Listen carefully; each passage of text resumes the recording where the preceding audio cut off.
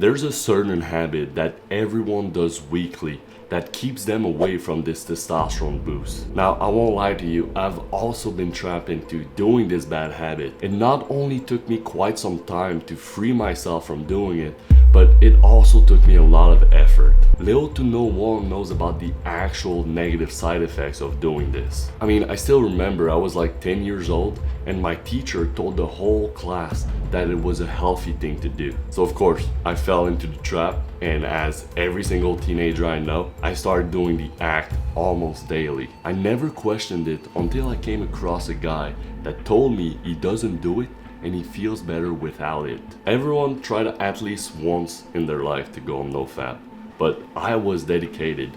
Not only did I wanted to experience the peak in testosterone on the 7th day, but I wanted to go far beyond. I wanted to experiment with longer times on abstinence. Because yes, whilst the 145.7% increase on the 7th day is a nice little bonus, there is an even better reward if you continue. There is very minimal research that looks at being on NoFap or semen retention for longer than 7 days. But there is clear evidence that sexual exhaustion actually tanks testosterone levels and also lowers androgen receptor density in the brain. Now, this makes a lot of sense because after you do the act, you rarely want to go again. And one of the reasons behind why that is because of the lowering of androgen receptor density in the brain. Now, I'm not saying that we should all up on semen retention and never touch our dick again. That's not the point. But when you do decide to have intercourse or FAP, know the implications. Because if you're smart with it, if you're in tune with your body and your sexual desires,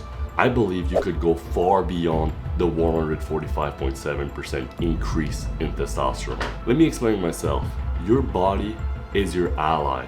It wants you to succeed. When you really think about it, your body is a fantastic biological organism that wants a few things: survive and reproduce. If you are in a situation where your life might be in danger, maybe you're sick, maybe you're heavily stressed, your body will focus on surviving. It might increase the production of cortisol and lower the production of testosterone. But when your body is not in that surviving mode, it will switch to being in that reproducing mode. And to ensure that you're able to reproduce, it will increase testosterone levels and it will also increase androgen receptors. But if you keep telling your body that you're already reproducing, it will get off of that mode because it's thinking to itself, oh, I already achieved it. So if by one way or another, maybe that's being on semen retention for 2 weeks, maybe that's just going with the flow, you're able to stay in that reproducing state,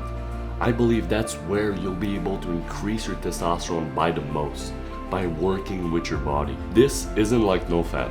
Personally, I believe the NoFap space is kind of cringe. Like, yes, it can work, but I strongly believe that what I just described to you is a much better mindset toward using this sexual desire and converting it into energy, into testosterone. I really hope I was able to share a different viewpoint on the whole thing. I hope you enjoyed today's video, and I'll see you guys in the next one. Mwah.